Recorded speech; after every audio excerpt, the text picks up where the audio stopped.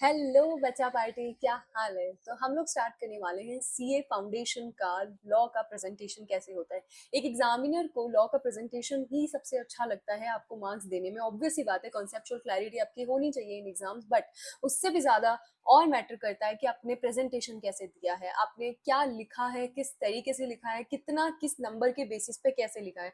तो आज हम वही सीखने वाले हैं कि एक एग्जामिनर को किस तरह की प्रेजेंटेशन पसंद होती है in case studies and in theoretical questions when they are having straight forward questions ना। तो उन स्ट्रेट फॉरवर्ड क्वेश्चंस में हम लोग कैसे प्रेजेंट कर सकते हैं, आज वो सीखेंगे अपन। ठीक है, चलें, चलो चलेंगे। चलो देखो, सबसे पहले हमारे पास में ये मैंने पीडीएफ ले रखी है ना। आप इस पीडीएफ के लिए टेलीग्राम पे ज्वाइन कर सकते हो and you will get the PDF. Alright, चलो, master answering writing for CA foundation business law. अब ये किसके लिए? सितंबर 2026 एंड ऑनवर्ड्स। जब तक आपको सही लगे, आपको लग रहा है कि मैम सही पढ़ा रही है, तो हम उसके हिसाब से देख लेंगे। ठीक है, बाकी देखो कैसी लगती है वीडियो। नहीं हो ठीक है, लाओ। ओके, चलो। पीएफएससी फ्रेमवर्क, वैसे इसको आप पीएफसी फ्रेमवर्क भी कर सकते हो या पीएसी फ्रेमवर्क भी कर सकते हो। क्या पैक फ्रेमवर्क भी बोल सकते हो आप इसको। मैम क्यों हम इसको पैक फ्रेमवर्क बोल सकते हैं? क्योंकि बच्चा, हम कभी भी केस स्टडीज लिखते हैं ना, तो केस स्टडीज में हमको कभी भी एक लंबा पैराग्राफ नहीं लिखना होता कि मैम हम ये इतना लंबा पैराग्राफ लिख दिया, अब एग्जामिनर तो हमको मार्क्स दे देगा। ऐसा नहीं होता है। एग्जामिनर तभी मार्क्स देगा जब आपने या तो बुलेट पॉइंट्स में आंसर दिया फॉर थ्योरेटिकल क्वेश्चन, अब स्ट्रेट फॉरवर्ड आते हैं, या आपने केस स्टडी के अंदर उसको प्रॉपरली प्रेजेंट करा और उसका प्रेजेंटेशन का एक तरीका होता है। ऑब्वियस ये बात है, आपने ये प्रेजेंटेशन देखा होगा कहीं ना कहीं लोगों को करते हुए, दिखाते हुए, समझाते हुए, बट कुछ चीजें नहीं है आज की सेशन में। और एंड तक रुके रहना, क्योंकि इन बिटवीन में मैं आपको बहुत अच्छी अच्छी बातें बताने वाली हूँ जो आप यूज कर सकते हो आपके एग्जाम में फॉर फास्टर लर्निंग। बिकॉज मुझे थियोरी पर्सनली बहुत पसंद है, तो मैं उसके आपको तरीके बता सकती हूँ कि आप किस तरीकों से थियोरी को लर्न कर सकते हो। ऑलराइट, चले, चलो। नौ, सबसे पहले केस स्टडी को लिखने का सबसे पहला तरीका है कि आप पहले तो पढ़ो। आंसर कहाँ चालू हो गया, पहले पढ़ना तो है। तो पहले पढ़ो आप, ठीक है ना, कि क्या है केस स्टडी, और उस केस स्टडी को एज अ स्टोरी लाइन पढ़ो। ऐसा नहीं होना चाहिए कि मैम हम तो केस स्टडी हूँ, बस पढ़ते जा रहे, समझ में कुछ भी नहीं आ रहा। एग्जाम में ब्लैंक नहीं होना है, प्रॉपरली पढ़ना है पहले केस स्टडी को कि क्या दे रखा है, क्या स्टोरी लाइन बता रखी है, उस स्टोरी लाइन के बेसिस पे आप जवाब देने वाले हो, है ना। तो फर्स्ट थिंग्स फर्स्ट, आपको पता करना है कि केस स्टडी में कौन सा प्रोविजन लगने वाला है। Right now when you don't know कौन सा प्रोविजन लगने वाला है, तो आपको सिंपली स्टार्ट करना है as per the given section of the relevant act. Now कौन सा रेलिवेंट एक्ट है ये तो पता होगा आपको कि यार सोगा से आया है, इंडियन कॉन्ट्रैक्ट एक्ट से आया है, पार्टनरशिप से आया है, किससे आया है, ये तो पता होगा ना आपको। राइट, तो बस उस एक्ट का नाम लिखना है आपको, है ना, और उससे स्टार्ट करना है। क्या स्टार्ट करना है? Provision of the law. Now मेरा जो एक रहेगा आपको कि कभी भी, है ना, डिसीजन मत लिखना अनटिल अनलेस उन लोगों ने डिसीजन आपसे पर्सनली मांगा हो, तो ही लिखना, अदरवाइज मत लिखना। डिसीजन से मेरा मतलब है यस और नो, ये वाली चीज तभी लिखना जब आपको श्योरिटी है कि हाँ भाई इसका आंसर यही होने वाला है, तभी लिखना। अदरवाइज इस चीज से आप आगे नहीं बढ़ोगे, क्योंकि ये ऐसा है एक चीज जिससे आपके मार्क्स कट सकते हैं। ये यस और नो पे डिपेंडेंट होता है, जिससे आपके मार्क्स कट सकते हैं। तो क्लियरली ये चीज तो आप, जब आप श्योरिटी पे हो तो ही लिखना। ठीक है, ओके मैम, समझ में आ गया। तो नाउ आपको स्टार्टिंग कहाँ से करनी है? प्रोविजन से स्टार्टिंग करनी है। आपको समझ में आ गया कि केस लॉ क्या दे रखा है हमको, है ना। सबसे पहले तो ये समझना है कि किस सेक्शन का केस लॉ है। सबसे पहले आपको सेक्शन समझना है, क्या केस लॉ पढ़ के समझना है ना, केस लॉ रीड करके। Now reading should be very clear and concentrative. आप कंसंट्रेट नहीं हो अगर रीडिंग में, तो start reading the case studies, अभी अभी स्टार्ट करो। हर एक कंसेप्ट पढ़ने के बाद में उस पर केस स्टडीज पढ़ो। अगर आपके पास केस स्टडीज नहीं है, मैं वैसे भी लेके आने वाली हूँ previous year questions and all that, तो आप अपन बहुत प्रैक्टिस करने वाले हैं। इवन इफ यू वांट तो हम लोग एक लाइव सेशन भी रख लेंगे जिसमें प्रॉपर इसके अंदर अपन एक एक केस स्टडीज जो प्रीवियस ईयर क्वेश्चंस है, आरटीपीज है, एमटीपीज है, उसको अपन सॉल्यूशन करेंगे। ठीक है ना, ओके मैम, समझ आ गया। Now for the interesting fact. Ma'am interesting fact क्या है? जैसे आप अगर सेक्शन याद है, क्लियरली सेक्शन नंबर याद है आपको, तो ही लिखना। ऐसा नहीं होना चाहिए कि मैम हम तो 122 136 ले लेते हैं, 157 ले लेते हैं, कुछ भी ले लेते हैं, 158 ले लेते हैं, कोई भी सेक्शन नंबर ले लेते हैं, डजेंट मैटर अभी क्या पढ़ रहे हैं अपन, कौन सा सेक्शन नंबर, 37 ले लेते हैं या कोई भी ले लेते हैं। ठीक है, तो ऐसा नहीं होना चाहिए कि आपको अगर यही सब सेक्शन में कंफ्यूजन है कि मैम हम ये लिखे, ये लिखे, ये लिखे, क्या लिखे हमें नहीं समझ में आ रहा है, प्लीज नहीं लिखना, लिखना ही मत।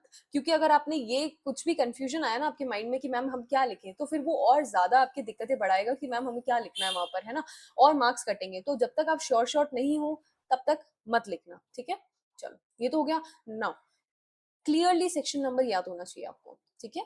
और कॉन्ट्रैक्ट एक्ट ये तो पता होगा ना कि क्या है प्रोविजन, किस एक्ट का प्रोविजन है। तो फर्स्ट थिंग्स फर्स्ट, एक्ट याद होना चाहिए, पता होना चाहिए कि किस एक्ट का है। वो ऑब्वियस सी बात है, क्वेश्चन में भी लिखा हुआ आता है कि किस एक्ट का क्वेश्चन है। सेकंड, अगर सेक्शन नंबर याद है तो लिखना, अदरवाइज मत लिखना। There is no need for you to write और quote the section number if you don't remember it.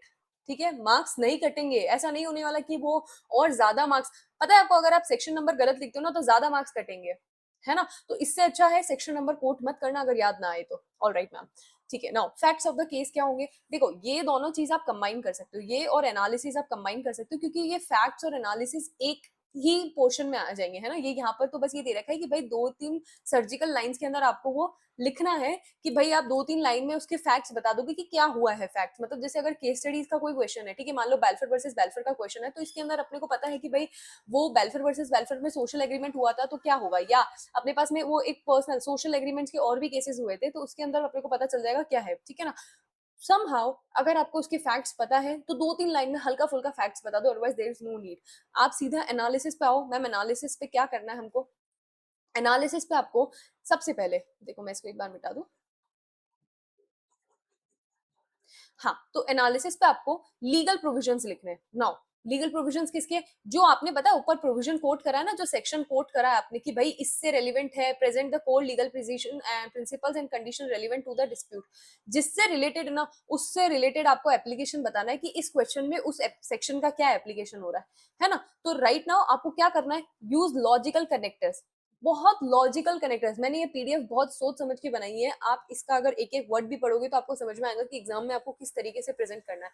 So read the PDF carefully while you are preparing for the law exam. All right, तो legal connectors कैसे, in the instant scenario applying the aforementioned rule. Now these are some connectors जो आपको शुरुआत करने में सहायता करेंगे, ठीक है। जहां आप इन द इंस्टेंट सिनेरियो, मतलब इंस्टेंट सिनेरियो कौन सा हुआ, जो केस स्टडी दे रखी है आपकी, है ना, तो उससे आप ये लिखने वाले हो इन द इंस्टेंट सिनेरियो। अभी मैं आपको एक क्वेश्चन भी करवाने वाली हूँ जिसमें आपको क्लियर हो जाएगा कि कैसे करना है इन द इंस्टेंट सिनेरियो, ठीक है। या अप्लाइंग द अफोरमेंशन्ड रूल, या इन द इंस्टेंट केस, एक और लिख सकते हो in the instant case, instant case. या एक चीज और लिख सकते हो in the above case study, in above rule, in above case study, अपन ये चीज लगा सकते हैं ना। तो ये चीज हो गई। नाउ ओके, पहले ले लो। हाँ, as observe from the facts explain explicitly how the law behaves under these exact circumstances। आपको यहाँ से स्टार्ट करना है, और observed from the fact। देखो ये थोड़ी सी, अगर आपको एग्जामिनर को वश में करना है कि हाँ भाई हमें बहुत अच्छा ही प्रेजेंटेशन देना है, बिल्कुल अगर यही चीज याद करके जानी तो it is very beneficial. But अगर आपको लग रहा है कि ये थोड़ा सा ट्रिकी है याद करने में तो इट्स ओके। या तो आप इन द इंस्टेंट सिनेरियो याद कर सकते हो, या इन द इंस्टेंट केस याद कर सकते हो, ठीक है। प्रॉपर याद करके जाओगे तो ही एग्जाम में सही से लिख पाओगे। स्टार्टिंग गलत हुई तो नीचे का भी बहुत ज्यादा चांसेस है कि एग्जामिनर देखे ही नहीं, या आपका पढ़ पुढ़ा के एकदम ऐसे ऊपर ऊपर से पढ़ के और खत्म कर देगा। हमें वो चीज नहीं चाहिए, है ना। नाउ अब जो इंपॉर्टेंट चीज आती है ना अपने यहाँ पर, वो है कंक्लूजन। एग्जामिनर अगर मान लो ऊपर का आपने बीच में कुछ भी लिखा है, कोई भी कचरा लिख दिया, मान लो अगर कंक्लूजन की आपने 1-2 लाइन ढंग से लिख दी ना, तो उसके मार्क्स भी मिलने हैं आपको 1 मार्क्स। जितने मार्क्स उस पर अलॉट हो रखे होंगे ना उतने मार्क्स आपको मिलने हैं। अगर 1 मार्क्स अलॉट हो रखे तो 1 मार्क्स आपको पक्की बात मिलना है। तो conclusion should be very minimal and to the exact. To the exact मतलब आप कुछ भी उल्टा सीधा नहीं लिखोगे। मतलब मेरा, जैसे आप कोई भी फालतू की बात नहीं करोगे, ऊपर जितना भी दिया ऐसा नहीं कि आप सबकी समरी बना के नीचे कंक्लूजन लिख दोगे। बहुत से बच्चे ऐसे करते हैं। मैंने इतनी, अभी मैंने ना 1-2 यूट्यूब पे भी देखी थी काफी सारी जो आंसर शीट्स होती है, और भी टीचर समझा रहे थे। तो ऐसा नहीं है कि मैं नहीं देखती हूँ। तो उसका मतलब ये है कि बच्चे जो है ना कंक्लूजन भी बहुत लंबा लंबा लिख रहे हैं। कंक्लूजन का मतलब ये होता है कि आप क्रक्स में लिख रहे हो किसी चीज को, है ना। तो क्रक्स में लिखना मतलब छोटा पॉइंट लिखना, एकदम ब्रीफ में लिखना, किसी चीज को ब्रीफ में लिखना मतलब एकदम नॉर्मल पॉइंट लिखना कि भैया आप टीचर का सिर्फ अटेंशन गेन कर रहे हो कि आपने ऊपर आंसर क्या ब्रीफ करा है ना। तो वो चीज है। तो conclusion should be very small, ठीक है। ओके मैम, ये तो समझ में आ गया ना। केस स्टडी के लिए ये 3 ही चीजें बहुत इंपॉर्टेंट है। मैम आपने तो 4 लिख रखी है, 4 नहीं है, वो एक्चुअली क्या है, पीएफएससी रूल बोलते हैं इसको, बट आप 3 भी ले सकते हो उसको। आपको अगर फैक्ट्स याद है तो दैट्स योर कॉल, आप फैक्ट्स लिख सकते हो। अदरवाइज आई विल से कि आप डायरेक्टली जो है एप्लीकेशन या एनालिसिस पे जाओ। तो इसके सिर्फ 3 पॉइंट्स होने वाले हैं। क्या, प्रोविजन हो गया, एनालिसिस एंड एप्लीकेशन हो गया, और कंक्लूजन हो गया, ठीक है, ये 3 पॉइंट्स हो गए। प्रोविजन में सेक्शन याद करना नेसेसरी नहीं है, कुछ कुछ जो मेन कोर सेक्शंस है वो आपको याद करने हैं। ऐसा नहीं कि मैम हम तो बिल्कुल ही सेक्शन याद नहीं करके, आपने बोला एक भी सेक्शन याद नहीं करके, ऐसे मत करना, ठीक है। Now this is the most favourite of students की आर्किटेक्चरल ब्लूप्रिंट कैसा होगा एक 6 मंथ की केस स्टडी का, है ना। तो आप कैसे, आपने कभी रिपोर्ट देखी है, आपने ऐसे देखा है, मतलब वो राइटिंग आती है ना अपनी जिसमें वो अपन बॉडी लिखते हैं, सब लेटर, पूरा लेटर लिखते हैं अपन जिसमें नीचे की बॉडी होती है, ऊपर की हेडिंग्स वगैरह होती है, लास्ट का अपन लिख रहे हैं। तो प्रॉपर केस स्टडी को वैसे ही प्रेजेंट किया जा सकता है ना। तो एक ब्लूप्रिंट है कि 6 मार्क की केस स्टडी को कैसे सॉल्व करते हैं। नाउ आपके केस स्टडीज बहुत ज्यादा आती है, मानो या ना मानो, है ना, ये वो गाना है ना एक, मानो या ना मानो है ना। तो मानो या ना मानो केस स्टडीज आपकी आती है, थ्योरेटिकल क्वेश्चंस बहुत कम आते हैं, केस स्टडीज बहुत ज्यादा आती है, ठीक है। तो अपन केस स्टडी पे ज्यादा फोकस कर रहे हैं। ओके मैम बताओ, अब देखो सबसे पहले आपको प्रोविजन की हेडिंग लिखनी है। मैम प्रोविजन की हेडिंग मतलब, जैसे मैंने अभी ऊपर आपको बताया कि according to section 10 of the act name और ईयर, जैसे सेक्शन 10 तो आपको पता है essentials of the valid contract है ना। तो ऐसा मत करना कि आप ये भी नहीं लिख रहे हो, अकॉर्डिंग टू भी नहीं लिख रहे हो, स्टार्टिंग ही आप इतनी बुरी कर रहे हो कि आपने अकॉर्डिंग टू द भी नहीं लिखा है। इतना मत करना, एटलीस्ट ये तो लिखना ही। सेक्शन नहीं याद आ रहा, leave it, there is no, कोई भार नहीं है आप पे यार, नहीं याद आ रहा, नहीं याद आ रहा, चिल, ठीक है। बट गलत सेक्शन नंबर गेस मत करना, कोट मत करके आना, नेवर गेस और right an incorrect section number. Ma'am क्या करते हैं ओके ठीक है, तो ये मत करना। कोर प्रिंसिपल्स, नाउ पता है आपको, there are many legal terms in law. अगर जो बच्चा अभी सीए फाउंडेशन में जिसका रिजल्ट जैसा उसने सोचा वैसा नहीं आया, तो उसको पता होगा कि उसने क्या पढ़ा है। Consensus ad idem, quid pro quo, consensus ad idem मतलब सेम सेंस, सेम जो भी थॉट्स होते हैं सारी चीजें सेम होनी चाहिए। क्विड प्रो क्यू मतलब कंसीडरेशन, है ना।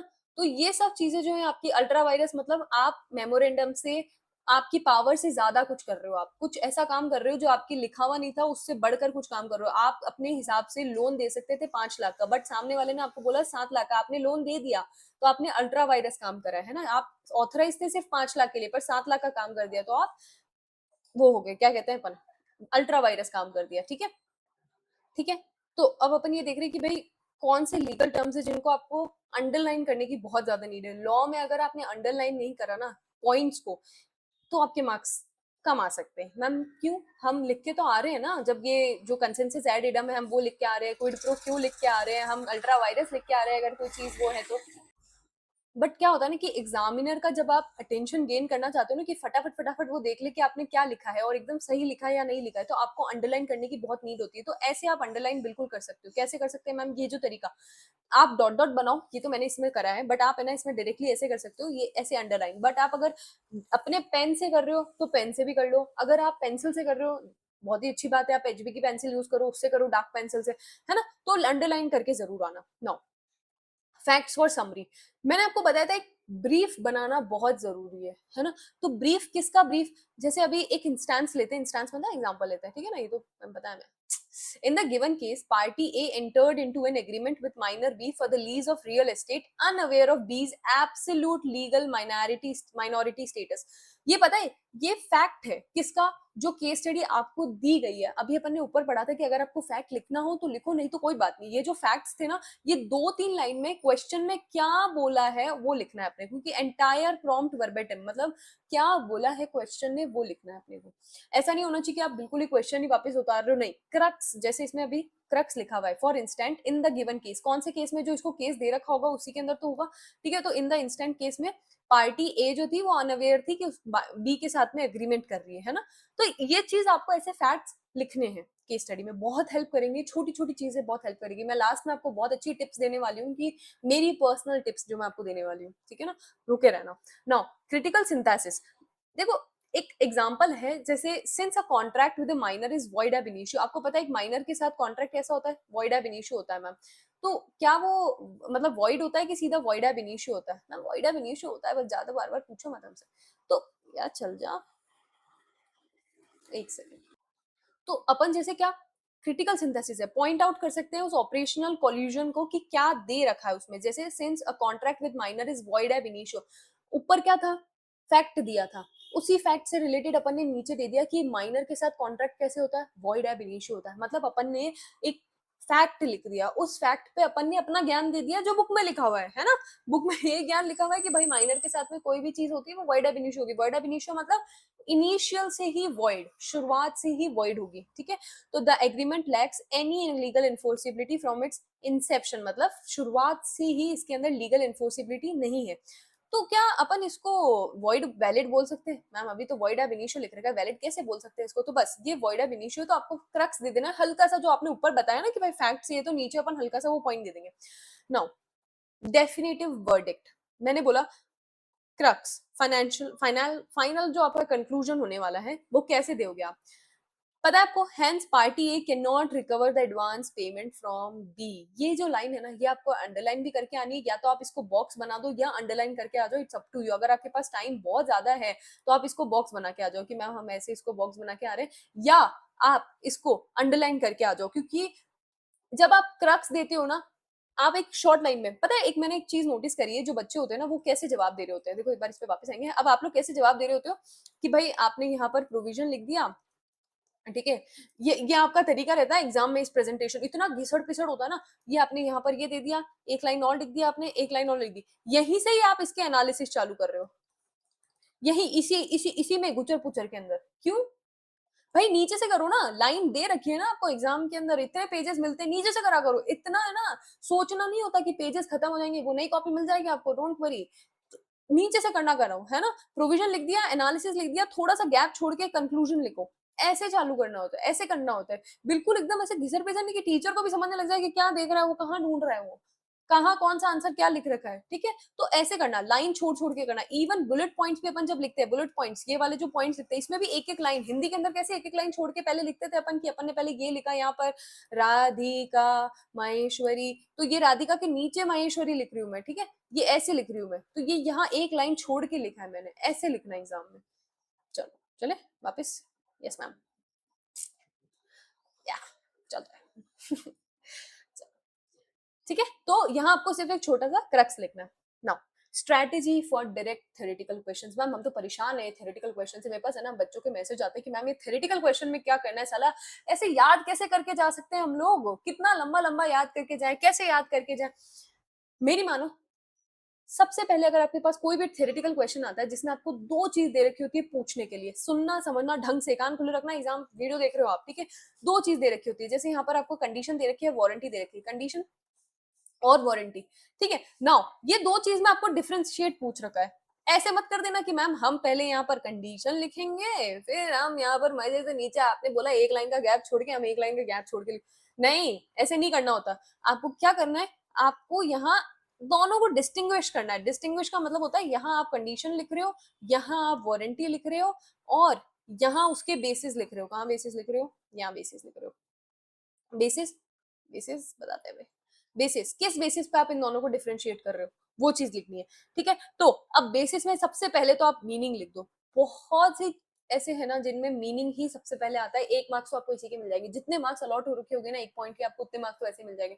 तो कोई भी डिस्टिंग्विश है, कोई भी डिफरेंशिएशन है, मीनिंग सबसे पहले याद कर लेना, मीनिंग के मार्क्स है, सीधी बात है। उसके बाद आपको जो लगता है कि भाई ये वाला थोड़ा सा सही है, हमें समझ में आ रहा है, लॉ में आप समझोगे और लिखोगे तो समझ में आएगा। ऐसा नहीं होना चाहिए कि मैम हम तो है ना बिना सोचे समझे बस एक एकदम से पढ़ लिया हमने तो, कि हाँ भाई भिन भिनाती हुई मक्खी की तरह, ऐसे मत करना। प्रॉपर समझना फिर लिखना, ठीक है। तो लर्न, रटना नहीं है, समझना है। रट के जाओगे एग्जाम में भूलोगे, समझ के जाओगे खुद से लिख पाओगे। मैम क्या राइम बना दे।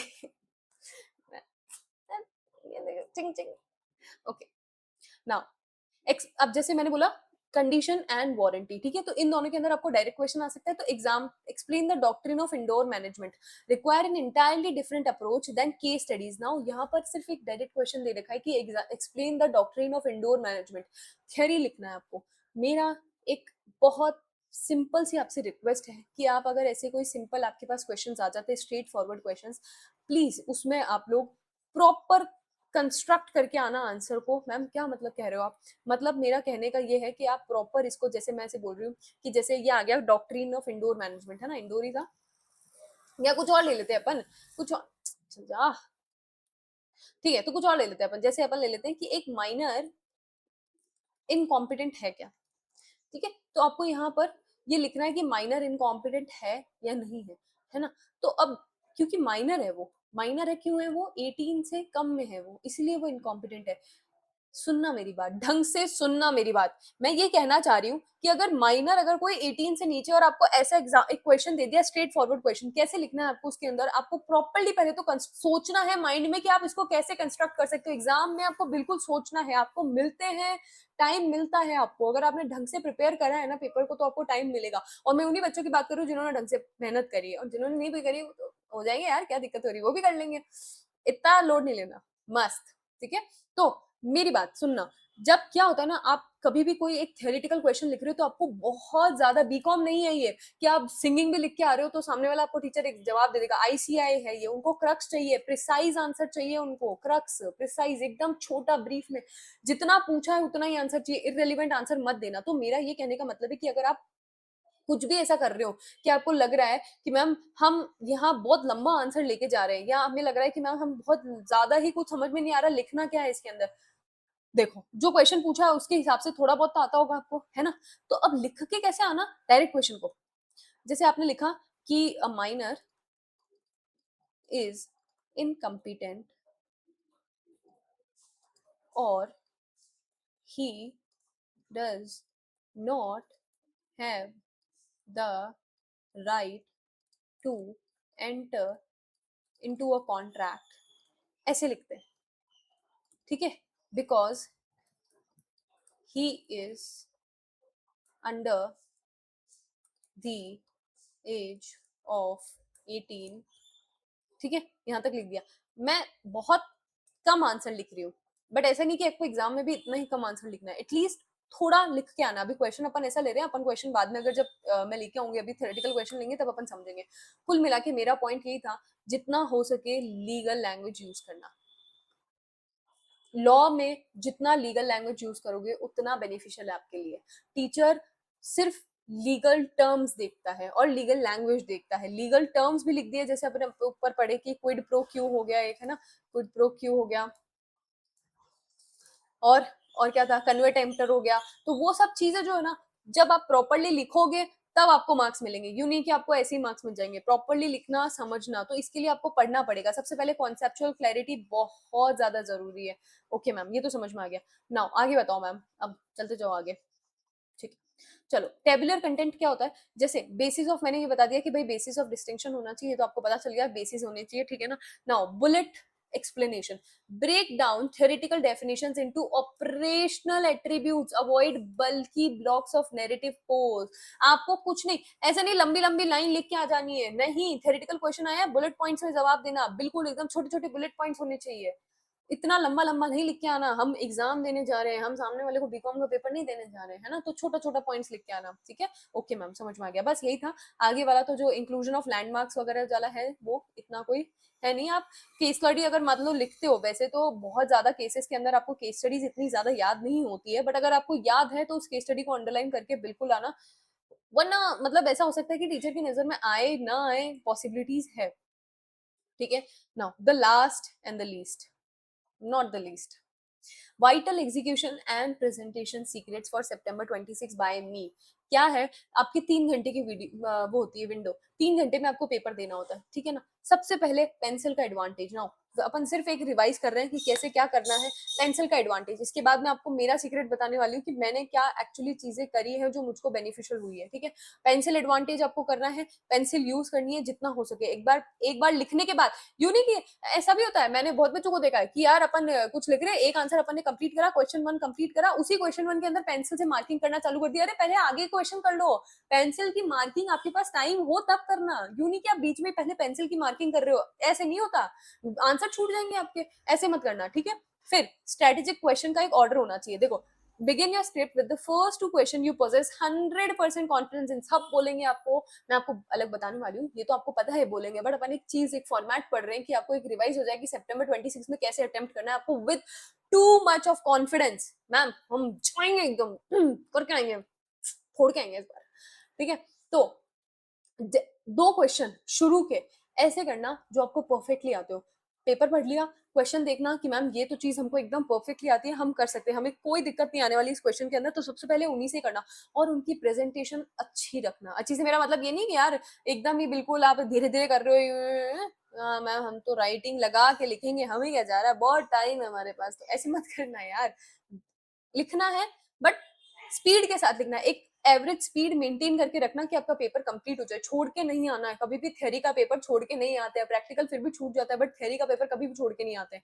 ठीक है? Micro paragraphing, limit your paragraphs to a maximum of 3 to 4 sentences. Long blocks of text obscure your core legal agreements and fatigue the reader. Fatigue the reader मतलब जो भी एग्जामिनर होगा उसको आलस आना लग जाएगा कि यार ये क्या पढ़े जा रहा हूँ मैं।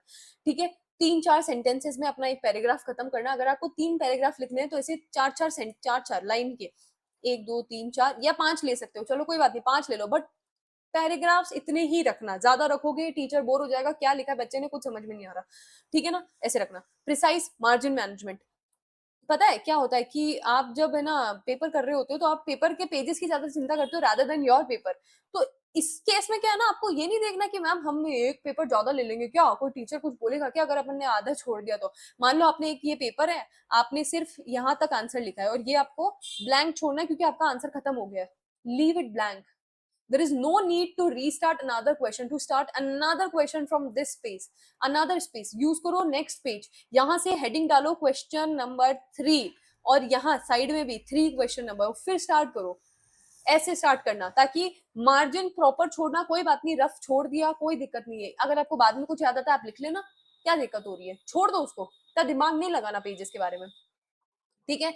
मेरी तरफ से पीडीएफ में ये था। मेरी तरफ से जो बोल के इम्प्लाइड जो इम्प्लाइड तो वो होता है ना जो आप हमें बताने वाले, तो ऑब्वियस सी बात है ना, मैं कुछ आई हूँ तो ये तो चीज लेके नहीं आई हूँ कि जो ऑलरेडी आपको पता है या कुछ चीजें आपको नहीं पता है इसमें से। तो देखो, मैं जब खुद को ये मानती थी ना कि मेरे को कुछ चीजें आती हैं एग्जाम में और मुझे ऐसा लगता था कि यार इस चीज में तो मेरा कॉन्फिडेंस बहुत अच्छा है, वो चीज ही सबसे ज्यादा मुझे दुख देती थी। समझना मेरी बात को, प्रॉपर समझना। क्या होता है ना कि कभी-कभी आप कोई ऐसी चीज समझते हो कि मैम ये तो हमें बहुत अच्छे से आता है, क्योंकि आप ओवर कॉन्फिडेंस रख लेते हो। उस ओवर कॉन्फिडेंस को बिल्कुल हटा देना। देखो मैं थोड़ा सा एक बार कैमरा थोड़ा बड़ा कर दूं ताकि आपको प्रॉपर दिखे। हाँ बच्चों, तो सबसे पहली चीज, ओवर कॉन्फिडेंस बिल्कुल भी मत रखना। ये तो बिल्कुल भी मत रखना कि आपको ये आता है, बिल्कुल आता है, मत रखना। नहीं होने वाला कुछ इससे। दूसरी चीज, पता है जब आप क्वेश्चंस, अभी अपन एक क्वेश्चन ट्राई करेंगे, जब आप क्वेश्चन कर रहे होते हो ना, तो कोई भी जब आप कॉन्सेप्चुअल क्लैरिटी ले रहे होते हो, ठीक है, तो कॉन्सेप्चुअल क्लैरिटी में फोकस करना, कुछ चीजें रिपीटेड होती है। ठीक है, जैसे मैम जैसे है ना कुछ भी ऐसा एक लाइन दे रखी होगी जो बार बार उसका फर्स्ट लाइन रिपीटेड होगी। ठीक है, जैसे by the conduct, by the performance, obliged, liability. ठीक है, तो ये सब चीजें ना बार बार वर्ड्स आ रहे होंगे, फोकस करना इन वर्ड्स को बहुत ज्यादा अच्छे से लर्न कर पाओ और एग्जाम में यूटिलाइज करो इन सब चीजों का। अगर आप चाहोगे तो मैं इस पे एक वीडियो बना सकती हूँ कि कौन से ऐसे वर्ड्स है जो आपको एग्जाम में मोस्टली यूज करने हैं फॉर एनी केस स्टडीज और एनी अदर क्वेश्चन, जिसमें आपको ऐसा लगे कि इस क्वेश्चन के अंदर ये वर्ड यूज हो सकता है। ठीक है, तीसरी चीज, प्रेशर मत लेना। प्रेशर मत लेना मैम, कि आपको अगर ऐसा लग रहा है कि यार पेपर बहुत ज्यादा टफ आ गया है, टफ नहीं है वो, मैं बता रही हूँ पेपर बहुत लेंदी दिखेगा। अगर मान लो केस स्टडीज बहुत भर भर के दे दी, एक्स वाई जेड डब्ल्यू सब दे दिए इसके अंदर, बहुत लंबा दिखेगा। प्रेशर मत लेना, आपको बहुत अच्छे से आता होगा वो पेपर, मार्क माई वर्ड्स, ये प्रैक्टिकली हो चुकी है चीज। अगर कोई चीज आपको ऐसे लग रही है कि बहुत ज्यादा, बिना पढ़े कभी भी उस चीज को प्रेशर में मत लेना। पहले पढ़ना फिर समझना कि वो आ रहा है कि नहीं आ रहा है। बिना पढ़े उस चीज को अगर आपने प्रेशर में लिया तो आपको जरूर वो प्रेशर लगेगा। ठीक है, now fourth and the last and the very important thing is that आप कभी भी सुबह सुबह पढ़ के जाना। वो उल्टा बोलने वाले थे, नहीं, मैं यही बोलने वाली थी। सुबह सुबह हमेशा पढ़ के जाना। मॉर्निंग स्टडी बहुत इंपॉर्टेंट है। मॉर्निंग स्टडी से मेरा मतलब है आप 4 बजे उठो या 3 बजे उठो, 3 या 4 बजे उठो और लिटरली अगर आपका पेपर कितने बजे, 2 बजे पेपर है आपका, पढ़ते रहो। बिल्कुल, क्योंकि ये दिन आपके, ये जो 4 दिन आपके, 4 दिन जो पेपर है ये आपकी, ये लाइफ बदल सकते हैं। फाउंडेशन निकल गया ना, इंटर में आ जाओगे ना, लोगों से बधाइयाँ मिलेगी ना, रिजल्ट अच्छा आएगा, लोग अच्छी बात करेंगे। और अगर रिजल्ट नेगेटिव आया तो लोग कहेंगे क्या पढ़ा है, कैसे पढ़ा है, कुछ करा ही नहीं, इसने तो मेहनत ही नहीं करी। तो इससे अच्छा है 4 दिन मेहनत करके उठ जाना, 4 बजे 3 बजे। जो बच्चा नाइट में पढ़ता है उसके लिए पता नहीं मैं क्या कहूँ, क्योंकि मुझे ऐसा लगता है मॉर्निंग की study is very utilisable, very retainable. आपके माइंड में वो रिटेन रहती है for the most of the period. ठीक है, तो मॉर्निंग की study is very important. Morning studies are, मतलब आपको ऐसा लगेगा मैम 3 बार बोल गई, बट लिटरली ये मेरा पर्सनल एक्सपीरियंस है, मॉर्निंग की स्टडी बहुत अच्छी होती है। तो मॉर्निंग में उठ के 3-4 बजे आप पढ़ाई करना। 3 बजे नहीं उठा जा रहा, लीव इट, 4 बजे उठो। नहीं उठा जा रहा, 5 बजे उठो। 5, 5:30 से लेट मत करना, इससे लेट होगा ना तो फिर आपको ऐसा लगेगा कि यार क्या ही कर रहे हैं अपन, ठीक है ना। अच्छा चलो, एक पॉइंट और आपके लिए ऐड कर देती हूँ। वो पॉइंट ये है कि एक लास्ट पॉइंट, ठीक है, जो अच्छा लगता है मुझे, वो पॉइंट ये है कि लॉ पढ़ते जाना। बस लॉ छोड़ना मत, पढ़ते जाना। एटलीस्ट 3 टाइम्स तो आपको पढ़ना ही है लॉ को। आपका पूरा सब्जेक्ट जो है 3 टाइम्स तो हो ही जाना चाहिए। मैम ऐसे पागल हो गया, आप 3 टाइम्स कोई हुआ जाता है कि सब्जेक्ट को। मैं क्या बोल रही हूँ, समझना मेरी बात, सुनना ढंग से। मैं ऐसे नहीं कह रही हूँ आपको कि 3 बार आपको पूरा कोर्स कंप्लीट करना है। जो चीज आपको हार्ड लग रही है वो कर लेना। अक्सर है ना, जो चीज हार्ड लगती है उसके एग्जाम में आने के चांसेस बहुत ज्यादा होते हैं। ऐसा लगता है ना कि टीचर को पता चल गया कहीं से तो भी कि यार हमने ये चीज नहीं पढ़ी और यही चीज आ चुकी है। सुबह सुबह सोच के गए थे कि यार ये चीज पढ़ के जाएंगे, पर पढ़ के ही नहीं गए और वो आ गया। ठीक है, तो कोई चीज अगर आपको हार्ड लग रही है ना तो उसको 2 बार कर लेना और एग्जाम टाइम पे लिख लेना। पता है एक बहुत अच्छा तरीका होता है, एक टॉपर बहुत अच्छे अच्छे तरीके यूज करते हैं। जैसे जो फ्रंट पेज होता है ना किसी बुक का, उसके आगे ना यहाँ पर नोट्स लिख लेते हैं, उसके क्रक्स लिख लेते हैं, उस पूरे चैप्टर के क्रक्स लिख लेते हैं, या एक पेज अलग से लिखते हैं जिसके अंदर सेल्फ स्टडी करके, mark my word, self study, teacher तो पढ़ा देगा, सेल्फ स्टडी करके अपने हिसाब से जो पॉइंट उसको लगता है कि ये पॉइंट मुझे लास्ट में पढ़ने की नीड है, वो पॉइंट वो यहाँ लिखता है। ठीक है, तो ये चीज कर लेना, ये चीज बहुत ज्यादा, इस बार एक बार ट्राई करके देखना, सितंबर के लिए आप एक बार या जनवरी के लिए एक बार ट्राई करके देखना कि आप अपने बुक के पेज के आगे एक पेज लेना, उसको स्टेपल करना और उसके अंदर जो भी इंपॉर्टेंट पॉइंट्स है जो आपको ऐसा लगता है कि आपको एग्जाम में याद करने हैं, मेजर इंपॉर्टेंट पॉइंट्स, ठीक है, तो आपको है ना मेरे ख्याल में पूरा वो पढ़ने की भी नीड नहीं। अगर आपने वो मेजर पॉइंट्स याद कर लिए ना तो आपको हो जाएगा कि हमें एग्जाम में क्या लिखना है। और वही दिक्कत आती है एक बच्चे को राइटिंग प्रैक्टिस करने में, क्योंकि स्टार्टिंग और एंडिंग तो आपको आ जाएगी जैसे अपन ने बताई है केस स्टडी में, इन बिटवीन का आपको समझने में थोड़ा सा वैसा लगेगा। तो अपने हिसाब से केस स्टडी अपने अकॉर्डिंग बना लेना। केस स्टडीज के मतलब जो मैंने बोला ना नोट्स, वैसे बना लेना। ठीक है मैम, समझ में आ गया। अब आप क्या बता रहे थे क्वेश्चन वाला, चलो एक बार क्वेश्चन पे चलते हैं अपन। मैं पीडीएफ चेंज कर लेती हूँ, फिर क्वेश्चन पे चलते हैं। तो देखो यहाँ पर केस स्टडी अवेलेबल है एक, ठीक है, मैंने दी है, बहुत सारी केस स्टडीज है इसी के अंदर, मैं आपको भेज दूंगी अगर आपको चाहिए तो। पीडीएफ एक बार मुझसे बोल देना कमेंट में कि मैम ये वाली पीडीएफ हमें सेंड कर देना, तो मैं टेलीग्राम चैनल पे ये वाली पीडीएफ भी सेंड कर दूंगी, ठीक है। क्योंकि कुछ है इसमें जो मुझे एक बार चेंज करना है, अगर आपको चाहिए तो मुझे बता देना ना, क्योंकि इसमें बहुत सारी केस स्टडीज है, आप देखोगे तो ये सारी केस स्टडीज है हर चैप्टर से रिलेटेड, ठीक है। ओके मैम, नाउ ये जो क्वेश्चन है इंडियन कॉन्ट्रैक्ट एक्ट का क्वेश्चन है, अभी अपन ने जो माइनर वाला पढ़ा वही क्वेश्चन लिया है मैंने। राज, अ 17 year old tales a lander that he is 22, ठीक है, टेल्स अ लैंडर, बोला है उसने, है नहीं वो, अभी पता चलेगा आगे, and borrows ₹50,000 which he spends on a laptop. 50,000 रुपए बोरो कर लेता है, जो लैपटॉप खरीद लेता है वो उस 50,000 रुपए से, ठीक है। नाउ द लेंडर, जिसने लैपटॉप, जिसने पैसे दिए थे ना 50,000 रुपीज, लेंडर कौन हुआ, जिसने पैसे दिए थे, ठीक है ना। बोरोवर कौन हुआ, जिसने पैसे लिए थे, बोरोवर जिसने 50,000 लिए, और लेंडर कौन हुआ, जिसने दिए, ठीक है। हाँ मैम समझ में आ गया। नाउ ये यहाँ पर क्या हुआ है, तो बाद में लेंडर को पता चलता है राज की रियल एज तो कम है। राज की रियल एज कितनी है, राज की रियल एज होगी यार 17, 16, 15 कुछ भी हो सकती है, मतलब माइनर में आ गया वो, ठीक है ना। राज की रियल एज पता चलती है जो कम है, और सू कर देता है उसको to recover the loan with interest. Now अब देखना, under section 11 of the Indian contract act, आया पॉइंट, आया, प्रोविजन लिख रहे हैं अपन, यहाँ अंडर की जगह आप अकॉर्डिंग भी लिख सकते हो, according to the section. Ma'am हमको अगर सेक्शन 11 याद नहीं आया तो क्या करेंगे, according to the prescribed section लिख देना, ठीक है। As per the prescribe section, as per the relevant section, as per the section quoted in Indian contract act, कुछ भी लिख सकते हो आप, ठीक है ना। अगर सेक्शन याद नहीं आ रहा, बट नहीं याद आ रहा और लिखा है कुछ गलत हो गया, फिर वो जिम्मेदारी है ना अपनी नहीं है, आपकी जिम्मेदारी, फिर आप जिम्मेदार हो एकदम, पक्की बात है। ठीक है, तो हमने ये कर दिया। Now section 11, a person must be major 18 years above to have capacity to contract. ये तो पता है अपने को, an agreement with the minor is void ab initio. आपको पता है माइनर के साथ में एग्रीमेंट ही ऐसे होता है, वॉइड एब इनिशियो। यही बात होती है कि माइनर के साथ में कोई भी एग्रीमेंट हुआ, उसका कॉन्ट्रैक्ट में कोई लीगल एग्जिस्टेंस ही नहीं होता। कॉन्ट्रैक्ट एक्ट में कोई ऐसा एग्जिस्टेंस ही नहीं है। लॉ खुद ही नहीं बोलता कि हम माइनर के साथ कोई लॉ ट्रीट करते हैं क्या।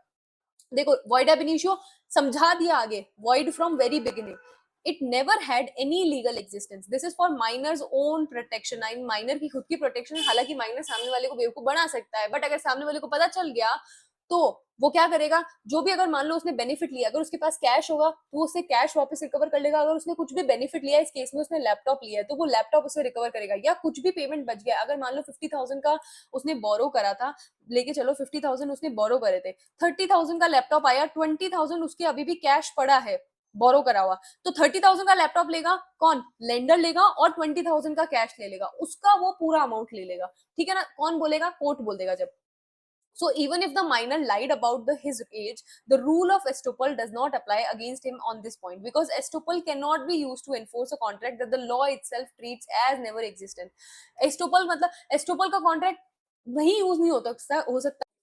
अरे यार वीडियो ही बंद हो गई। चलो वापस करते हैं। एक बार अपन एस्टोपल पढ़ रहे थे कि एस्टोपल का क्या रहता है। ठीक है, एस्टोपल यहाँ पर एनफोर्स नहीं होगा क्योंकि यहाँ कोई कॉन्ट्रैक्ट नहीं है, और लॉ ही मना करता है कि कभी कॉन्ट्रैक्ट एग्जिस्ट ही नहीं कराता, क्योंकि वो वाइड एब इनिशियो है।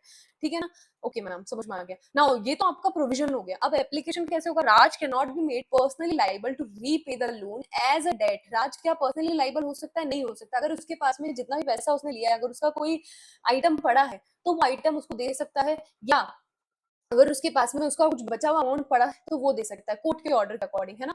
तो because there was never a valid contract, however under the equitable doctrine of restitution. अगर आपको याद आ रहा है तो इट्स ओके, नहीं याद आ रहा तो लीव इट, कोई बात नहीं। However, if Raj still has a laptop or any traceable part of the borrowed money, the court can direct that specific property to be restored to the lender। क्या court direct कर सकता है, बिल्कुल कर सकता है लेंडर को, कि भाई आप सामने वाले से जाके अगर उसके पास में लैपटॉप पड़ा है तो आप लैपटॉप ले लो। अगर 50,000 का लैपटॉप था, जिसमें से सॉरी 38,000 का लैपटॉप लेते हैं, और 20,000 का अगर उसके पास कैश पड़ा है, तो 20,000 प्लस लैपटॉप, जितना भी ट्रेसेबल अमाउंट है वो ले लेगा वो। अगर मान लो यहाँ पर 20,000 जो है वो ट्रेसेबल ही नहीं होता, अगर ये ट्रेसेबल नहीं होता तो क्या वो ले पाता, नहीं मैम वो नहीं ले पाता, क्योंकि मेजर पॉइंट यही था यहाँ पर इस क्वेश्चन के अंदर कि अगर वो ट्रेसेबल है तो ही ले पाएगा, अदरवाइज नहीं ले पाएगा। It is not enforcement of a contract, only restoration of unjust benefit. जितना भी अनजस्ट बेनिफिट है उसका रेस्टोरेशन है। कंक्लूजन, मेरी बात समझना, कंक्लूजन कितना छोटा दे रखा है एक बार देखना, सिर्फ 2 लाइन का कंक्लूजन दे रखा है, इतना सा, और इतना ही आपको एग्जाम में लिख के आना है, इससे ज्यादा बड़ा कुछ भी नहीं लिख के आना। Conclusion, the lender can not recover ₹50,000। ये तो अपने को शुरू से ही पता था, अगर माइनर के साथ आप कॉन्ट्रैक्ट करोगे तो आपको वो पैसा कभी रिकवर नहीं होने वाला। बट कोर्ट से वो ऑर्डर ले सकता है कि वो लैपटॉप दे दे, या उसके पास जो भी आइटम उसने बाय करा है, या जो भी आइटम उसके पास बेनिफिट का बचा है, if still traceable in Raj hand. ये चीज था, तो ये इसका कंक्लूजन था। ठीक है, ओके। अब देखो मैंने इतना सारा लिख दिया ऊपर, मैंने सोचा अच्छा मैंने मिटा दिया क्या। ठीक है, मेरे को लगा कि भाई वो वीडियो चल रही होगी, बट वो चली नहीं। हाँ, तो मैं अभी आने वाले अपकमिंग वीडियोस के अंदर आपके लिए केस स्टडीज लेके आने वाली हूँ। केस स्टडी का पूरा मेरे पास एक कंपाइलेशन है, एंड इवन जनवरी 25 से मई 26 तक मैं आपके लिए प्रॉपर क्वेश्चंस का कंपाइलेशन होगा, जिसके अंदर हर चैप्टर के अलग अलग क्वेश्चंस आपके डिटरमाइन कर रखे हैं कि इंडियन कॉन्ट्रैक्ट एक्ट के इतने क्वेश्चंस आ रखे हैं, सोगा के इतने क्वेश्चंस आ रखे हैं, और ये सब चीजें आपके डिटरमाइन हो रखी है। ठीक है, तो वो प्रॉपर आपको वीडियो मिल जाएगी। केस स्टडीज की रही बात, तो ये आने वाला है। इवन सीएमए फाउंडेशन के बच्चों के लिए भी, अगर कोई बच्चा सीए के साथ में सीएमए फाउंडेशन भी दे रहा है, तो उसके लिए भी एमसीक्यूज आने वाले हैं। ऑलमोस्ट आई गेस 100 एमसीक्यूज होने वाले हैं, जिसकी मैं प्रॉपर पीडीएफ है और उसमें आंसर्स हाईलाइटेड है। ऐसा नहीं कि आपको नीचे जा जाके वो प्रॉपर ऐसे इसमें देना है, वैसे भी लिखा हुआ है बट आंसर भी हाईलाइट कर रखे हैं। ठीक है, तो ये आने वाली है। टेलीग्राम का चैनल ज्वाइन कर लेना, यूट्यूब पे सब्सक्राइब कर लेना, आप ही के लिए है, आप ही के लिए बेनिफिट है। ठीक है, मैं अगर मान लो टेलीग्राम या यूट्यूब पे नहीं अवेलेबल हूँ, आप मुझे व्हाट्सअप कर देना, उस पर मैं अवेलेबल हूँ। 9460201716 ये नंबर है मेरा, इस पर आप मुझे व्हाट्सअप करोगे, मैं आपको रिप्लाई दे दूंगी। कोई भी डाउट है आप मुझे पूछ सकते हो, आपके पास विद इन 12 आवर्स और मे बी 24 आवर्स में आपके पास रिप्लाई आ जाएगा, इससे ज्यादा लेट नहीं होने वाला। ओके ओके बच्चा पार्टी, मिलते हैं एंड अगली वीडियो में वेट करना, अगली वीडियो बहुत बम्बार आने वाली है, मजा आ जाएगा। ठीक है, ओके बाय।